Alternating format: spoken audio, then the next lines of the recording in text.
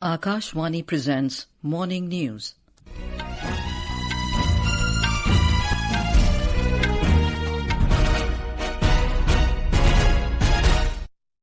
Good morning. I'm Anuja Kumar. The headlines.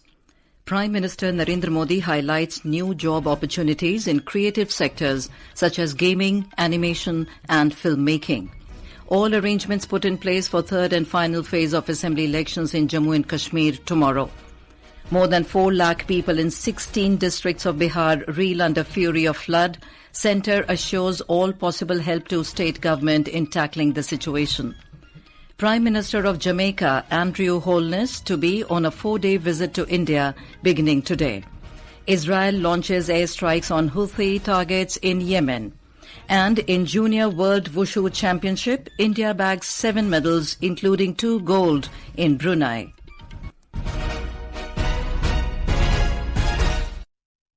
And now the news in detail.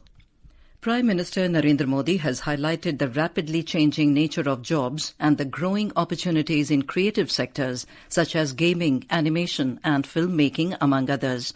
In his Mann Ki Baat program on Akashvani, the Prime Minister underscored the immense potential of India's creative talents and called on creators to participate in the 25 challenges under the theme Create in India, which is being organized by the Ministry of Information and Broadcasting. आपके talent और creativity को बढ़ावा देने के लिए भारत सरकार का सूचना और प्रसारण मंत्रालय ने क्रिएट इन इंडिया इस थीम के तहत 25 चैलेंजेस शुरू किए। ये चैलेंजेस आपको जरूर दिलचस्प लगेंगे। कुछ चैलेंजेस तो म्यूजिक, एजुकेशन और यहाँ तक कि एंटी पायरेसी पर भी फोकस्ड है। इस आयोजन में कई सारे प्रोफेशनल ऑर्गेनाइजेशन भी शामिल हैं, जो इन चैलेंजेस को अपना पूरा सपोर्ट दे रहे हैं। इनमें शामिल होने के लिए आप wavesindia.org पर लॉगिन कर सकते हैं। देश भर के क्रिएटर से मेरा विशेष आग्रह है कि वे इसमें जरूर हिस्सा लें और अपनी क्रिएटिविटी को सामने लाएं। Earlier, on 22nd of August this year, Union Minister for Information and Broadcasting Ashwini Vaishnaw had unveiled the Create in India Challenge Season 1 at New Delhi. These challenges will serve as a precursor to the upcoming World Audio Visual and Entertainment Summit, or WAVES, aligning with Prime Minister Narendra Modi's vision of Design in India, Design for the World. According to the Ministry of Information and Broadcasting, World Audio Visual and Entertainment Summit will be organized from 5th to 9th of February next year to propel India's media and entertainment industry and boost creator economy. All arrangements have been made for the third and final phase of assembly elections in Jammu and Kashmir. Elaborate security arrangements have been put in place for a smooth, peaceful and incident-free polling. 40 assembly constituencies spread over 7 districts will go to polls in this phase tomorrow. Out of 40 seats, 16 are in Kashmir division, while 24 are in Jammu region. Campaigning for third phase of assembly elections ended yesterday evening. More than 39.18 lakh voters will decide the fate of 415 candidates in this phase.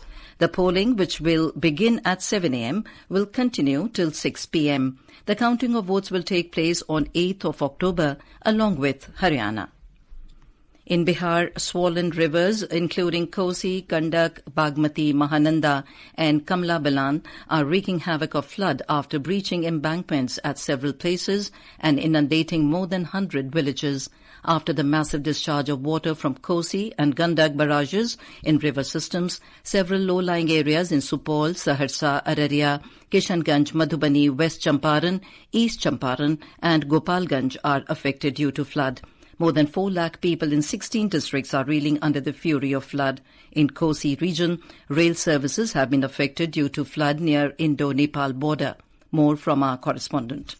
Water level of Kosi, Gandak, Bagmati, Mahananda are rising rapidly due to continuous heavy rainfall in the catchment areas in Nepal. Massive pressure being witnessed on different embankments along Gandak, Kosi and Bagmati rivers. More than 6 incidents of breach have been occurred in West Champaran, Sitamarhi, Shivhar, Darbhanga and Supol districts. Houses and farmlands have been submerged due to breach and spread of flood water. 24 different teams of NDRF and SDRF have been deployed deployed for relief and rescue operations. The Katihar Rail Division has sought terminated different trains due to flood and overtopping of water on rail tracks in Jogmani near Indo-Nepal border. Dharmendra Kumar Rai, Akashvani News, Patna.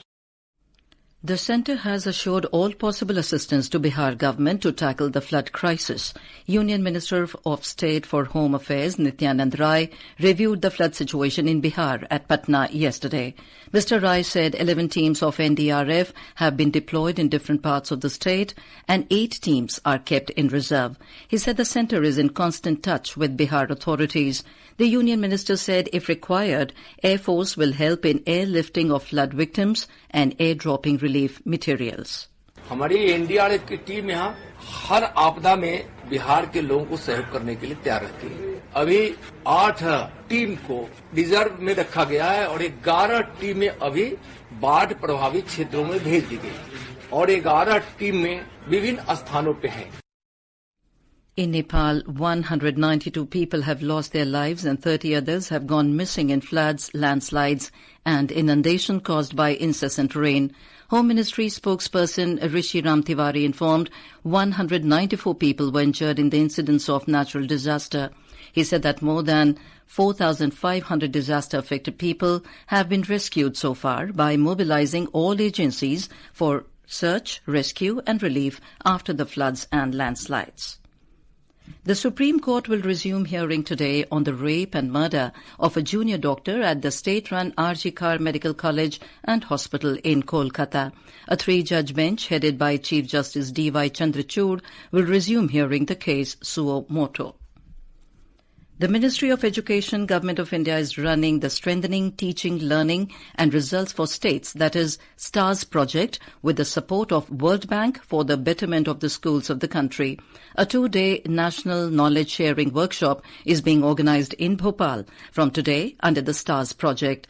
Madhya Pradesh School Education Secretary Dr. Sanjay Goyal informed that the workshop will be inaugurated by the Madhya Pradesh School Education Minister Uday Pratap Singh and Central Education Secretary Sanjay Kumar. More from our correspondent. In the National Knowledge Sharing Workshop, along with the Central School Education Secretary and senior officials, the Education Secretaries of 17 states including Madhya Pradesh, state project directors and other officials will be present. The objective of the workshop is sharing knowledge of the states of the STAR project, identify the challenges of educational program and adopt the excellent work being done in the state by sharing it with each other. The STARS project is being run in 6 states of the country, Madhya Pradesh, Odisha, Rajasthan, Kerala, Himachal Pradesh and Maharashtra. In the workshop, discussions will be held on various topics related to the improvement of education, including the National Education Policy. Sanjeev Sharma, Akashvani News, Bhopal. This is Akashvani giving you the news. For quick news updates around the clock, follow us on our X handle at AIR News Alerts. Prime Minister of Jamaica, Dr. Andrew Holness, will be on a 4-day official visit to India beginning today. This will be his first visit to India and also the first ever bilateral visit of a Prime Minister of Jamaica to India. Earlier, Prime Minister Narendra Modi and the Jamaican Prime Minister have met several times on the sidelines of multilateral meetings.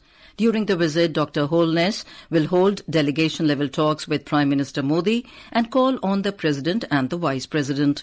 The visit will also provide an opportunity to him to meet with other dignitaries and interact with trade and industry leaders.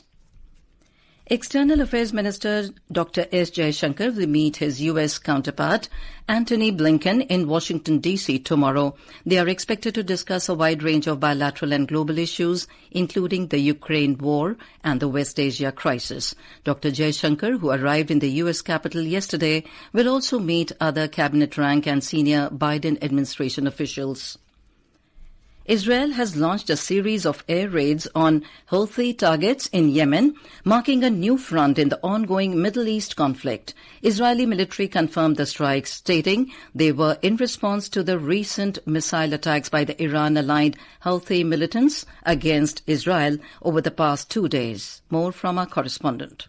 The Israeli Air Force targeted military installations belonging to what they termed the Houthi terrorist regime in Yemen. Among the targets were power plants and a seaport, which Israel claims were used by the Houthis to transfer Iranian weapons to the region, as well as military supplies and oil. The strikes have resulted in at least 4 deaths and 29 injuries, according to a statement from the Houthi-run health ministry. Residents of the port city of Hodeidah reported widespread power outages following the bombing. This military actions comes in the wake of increased Houthi aggression towards Israel, with the group repeatedly firing missiles and drones at Israeli targets since the outbreak of the Gaza war on October 7th. The Houthis claim that these attacks are in solidarity with the Palestinians. In their most recent offensive, the Houthis stated that they had launched a ballistic missile on Saturday towards the Ben Gurion International Airport near Tel Aviv, which Israel reported intercepting. Another Houthi missile was intercepted by Israel on Friday. This is Vinod Kumar for Akashvani News from Dubai. In U.S., at least 105 people have died after Hurricane Helene tore across the state and caused catastrophic flooding. A North Carolina county that includes the mountain city of Asheville reported 30 people were killed due to the storm yesterday evening. Foreign investors pumped in over 57,000 crore rupees into the Indian equity markets so far in September. As per the depository's data, foreign portfolio investors, or FPIs, invested 57,359 crore rupees into equity markets, making the highest influx in 9 months.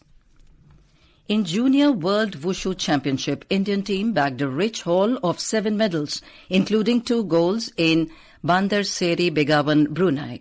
India won 2 gold medals, 1 silver and 4 bronze medals. India's Aryan clinched the gold medal after defeating Gong Huan Ran from China in the boys group junior 48 kg weight category. Shaurya triumphed over his Iranian opponent Ali Reza Zamani to win another gold medal in boys 48 kg children's section. Nang Mingbi Porpukon won a silver medal in the Taolu Jianshu C group event. Indian player Tanish Nagar in the 56 kg category lost to Abdul Hamid Obidilov of Uzbekistan, confirming a bronze medal. The 14th edition of the Hockey India Junior Women National Championship 2024 will begin today at Ranchi in Jharkhand. As many as 26 teams will compete with each other for the trophy. In cricket, Bangladesh will resume their first innings at 107 for 3 against India on the 4th day of the second test match at Green Park Stadium in Kanpur this morning. The day 3 was called off without a ball being bowled due to wet outfield, while day 2 of the test match was called off due to persistent downpour. In football, Under-20 Asian Cup, India defeated Laos 2-0 in its concluding Group G match at the Lao National Stadium KM16 in Laos yesterday. Meanwhile, India has still not managed to qualify for the final round of the tournament. As of now, India is second in Group G with 6 points and a goal difference of +4. And now for a look at today's newspapers, it's over to Saira Mujtaba. Thank you, Anuja. All dailies have mentioned the Prime Minister expressing gratitude for the novel outreach program Mann Ki Baat marking 10 years. The Asian Age, quoting the Prime Minister, writes, Mann Ki Baat celebrates spirit and strength of India. Hindustan Times cites a survey of 25 cities by the Union Government under the headline, Government's door-to-door survey to identify poverty vulnerability among urban workers from 1st of October. Mental health certificates now needed for transgender pre-hormonal therapy surgery, according to the Union Health Ministry, states the pioneer. Amid reports of being trapped in cyber slavery, a data by Immigration Bureau reveals about 30,000 Indians yet to return from Southeast Asia. Punjab tops the list, reports the Indian Express. And finally, smartphones beat diamonds in exports to US, with nearly 50% of India's outbound iPhone shipments going to the US, notes the Business Standard. And with that, it's back to you, Anuja. Thank you, Saira. And now, before we end the bulletin, the headlines once again. Prime Minister Narendra Modi highlights new job opportunities in creative sectors such as gaming, animation and filmmaking. All arrangements put in place for third and final phase of assembly elections in Jammu and Kashmir tomorrow. More than 4 lakh people in 16 districts of Bihar reel under fury of flood. Centre assures all possible help to state government in tackling the situation. Prime Minister of Jamaica Andrew Holness to be on a 4-day visit to India beginning today. Israel launches airstrikes on Houthi targets in Yemen.